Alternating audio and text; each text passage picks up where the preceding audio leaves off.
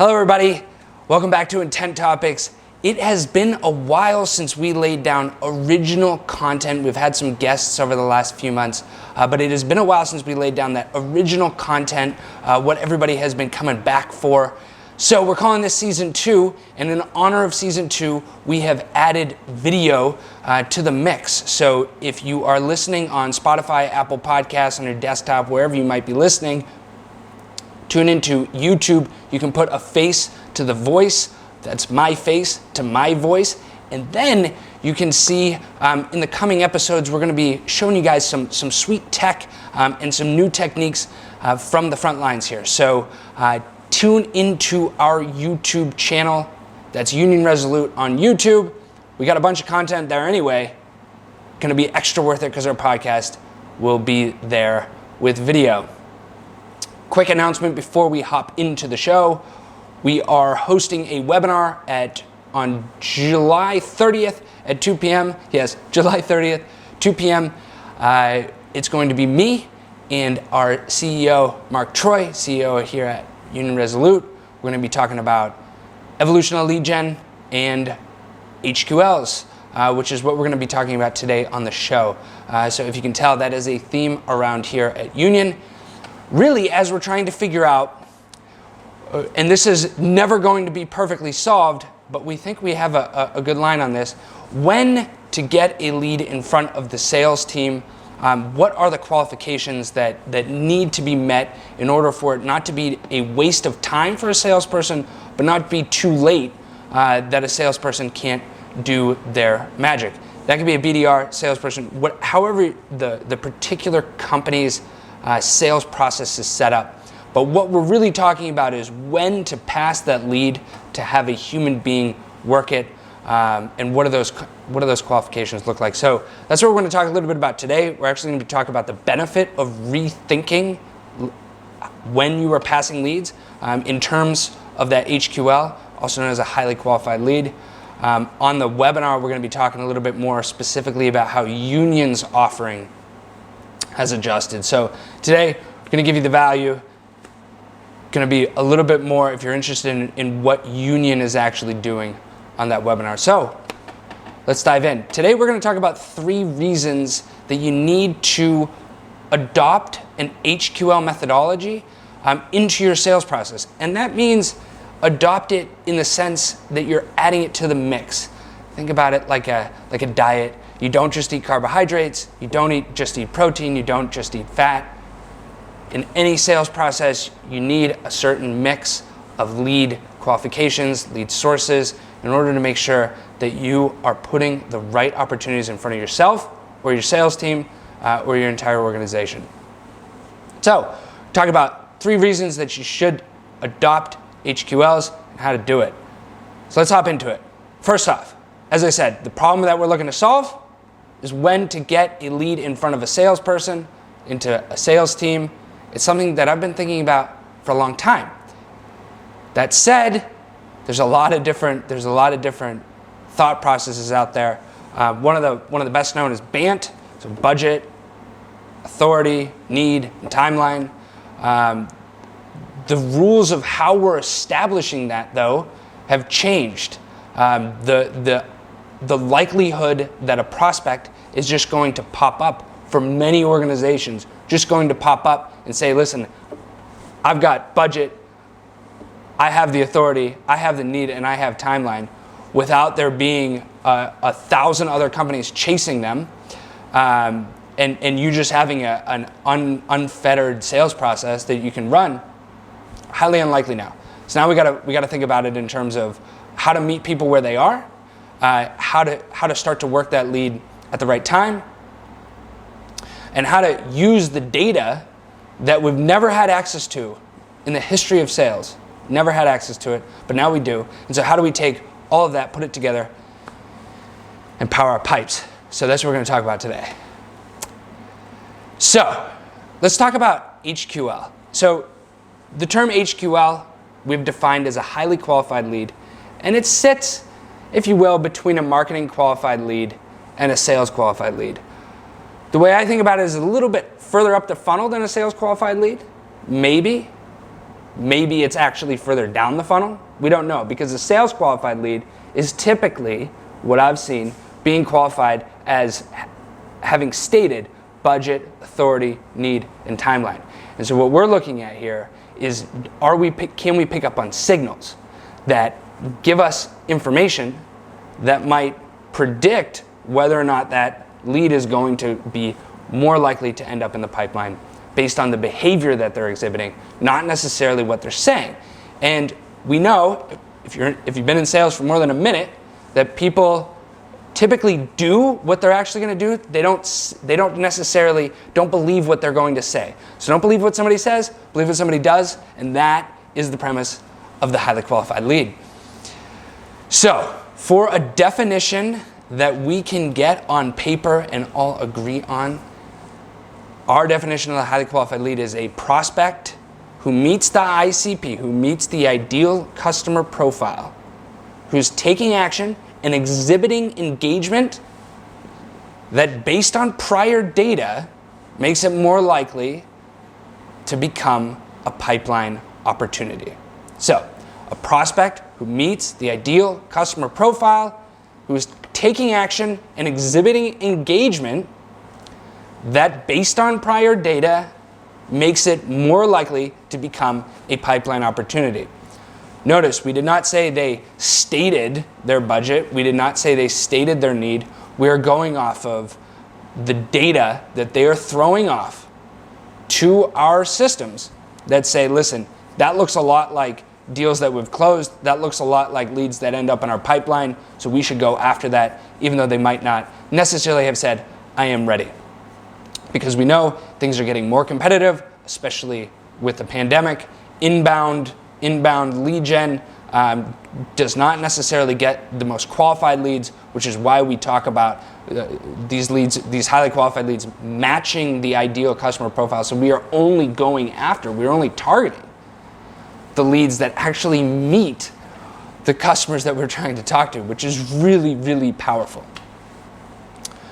So let's talk about the 3 reasons that you should use and can use highly qualified leads to power your pipe. So the first reason that HQLs, highly qualified leads, are very powerful is it is the only way that we have found in our work and research to basically use disparate data types to qualify leads in a way that does not end up in unqualified leads, generally making it to your sales team. What do I mean by that? Well, in previous episodes of this podcast, we've talked a lot about intent data. We've talked a lot about firmographic data. We've talked a lot about technographic data. Then there's the first-party data. So what has somebody done with outreach? Have they picked up the phone? Have they connected on LinkedIn? Have they opened or clicked in an email? Then there's the website first-party data. How long have they been on your website? Have they looked at particular pages? Have they downloaded white papers? Have they read case studies? All of these kinds of pieces of data are typically, right now, acted on in an isolated manner. So, sales manager or marketing team says, listen, these guys are on the website, you should go after them. Okay, might be fair, but what was that prospect doing outside of the website, right? What software is that prospect using? Is the company even in the ideal customer profile, right? Well, in some of these methodologies where we're trying to qualify leads or we're trying to give teams lists of leads that are say active or engaged or anything, we're not combining the data types in a way that it can be used. So what the HQL does is it gives us a model of different engagement and different signals. So that could be they need to be searching for intent, and they've been on our website, and they've engaged with some of our demand gen outreach. That is likely going to be somebody who at least knows and is aware of what's going on, and our intent data shows that there is something going on within that company that makes it likely that they are researching or in market for your particular product if you have the intent modeling done correctly. So what an HQL does is it takes all these disparate data types and says, all right, let's model the qualification of that lead based on their engagement and their signals, and then using that, go after them. So this is different than a marketing qualified lead, and it's not quite there. A sales qualified lead is a stated qualification by the prospect. I have X, Y, or Z. I am interested in doing this. HQL is saying we're going off the behavior that somebody is exhibiting based on these data types that we've put together in this nice model, scored it, and now we get it in front of our sales team.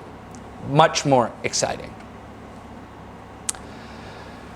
So the second reason, or the second big benefit of an HQL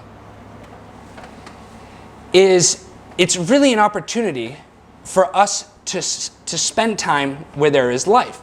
And what I mean by that is we all know at this point in sales, customization done right, personalization done right at the right time can be the difference between starting a conversation and not starting a conversation. So if we say, here's a list of our 100 accounts that could potentially work for us, and then these are, say, $100 million plus companies, so there's 5, 6, 7 potential people that you could start a conversation with inside that company. That's 5, 6, 700 contacts that we might have to be spending time to research, to personalize, to customize the outreach to each contact without having any confidence that one, that prospect is going to know what you're talking about. 2, the email address, the simple stuff, the email address, the contact information that you have is even right? And 3, right, you might spend a bunch of time on one contact where 2 contacts later, or 2 contacts down the list, by the time you get tired, right, you skimp out on the one that is actually active and you spend a lot of time on the one that's not. That's a problem. And if you don't think that's happening, think again, right? That is absolutely happening. People are getting fatigued. We're spending a lot of time on prospects that might not necessarily be the best use of our time. So what an HQL does is it says, okay, let's take that list of 100 accounts. We're going to focus on 10 of them because it looks like there's something's going on in 10 of them. Then we're going to take those 400, 500, 5, 6, 700, whatever the series is, and we're gonna find the people inside that company who actually are interacting with our stuff, who are saying, all right, there's life here, and then we're gonna go into that company. We're going to go into that company at the place that we can see engagement. Now, we know that sometimes just because somebody's engaging doesn't necessarily mean they're the right role, but it does anchor where we can start. Because if it's a CFO that we're going in for, we then know that we want to hit the people who are around them. So, maybe the VP of finance or a director or controller, these kinds of things. So we can understand what buying groups we're going to hit first and then expand if we need to. But we're at least spending our time where there is life in engagement as opposed to wasting our salespeople's time in chasing ghosts, really. And that's, I think, a huge benefit of the HQL is we're saying, all right, let's prioritize the account. Then, on top of prioritizing the account, let's prioritize the contacts. And let's only ask our teams to reach out to those prospects that are actually showing engagement, showing interest in what we're talking about, and look a lot like prospects that have ended up in our pipe. And that's an HQL. And that's what I mean by we want to spend our time where there is life, and we want to spend the time where the life looks like what we are after. So the third reason for an HQL, I got my cheat sheet over there, by the way. That's why I keep looking, but it's okay. The third reason that we want to use the HQL is we want to find the back channels, right? So companies that service specific software, this is a great example. Companies who service specific software, like a Salesforce, a CMS platform, these kinds of things. HQLs give the opportunity to the organization using them to find back channels. So if they're selling, if they're servicing software, they might team up, say, hey, listen, it looks like there's activity in this account. Let's have a conversation. Is there something going on here? It looks like they might be interested in doing business with us. Can we tag team this, right? We might have mutual connections on LinkedIn. Even better, you might know somebody at the company. You might know somebody on the board. You might know somebody who knows somebody on the board. The opportunity to back channel into a deal with an HQL is so powerful. In the sense that, we're not waiting for that end prospect to come to us and say, listen, I have that band. We're saying, I'm going to get proactive. I'm going to go find a way into that account so that I can then start a conversation with people on a familiar basis while I know that there is that engagement on my website, on my outreach already. Meaning, when we put the two together, we can probably get into a deeper sales conversation right off the bat than we would have otherwise. So, 3 reasons that we like HQLs. The first, it's the way to put this disparate data together.